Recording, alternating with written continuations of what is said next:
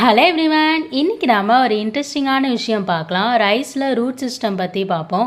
இதுதான் நெல்தானியன் எடுத்துக்கிட்டால் இதில் இருக்கிற எம்ப்ரியோலேருந்து 2 ஸ்ட்ரக்சர் க்ரோ ஆகும். முதல்ல வளரக்கூடியது தான் வேர் பகுதி, இதுதான் ப்ரைமரி ரூட். இது கொலியோரைசா அப்படிங்கிற லேயர்லேருந்து க்ரோ ஆகும்.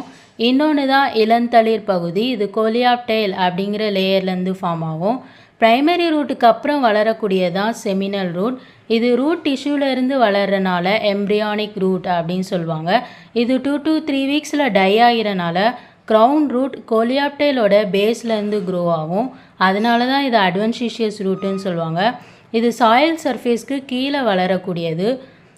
ஷூட் சிஸ்டமில் நோடுலேருந்து வளர்கிறது தான் நோடல் ரூட். இது சாயில் சர்ஃபேஸ்க்கு மேலே வளரக்கூடியது.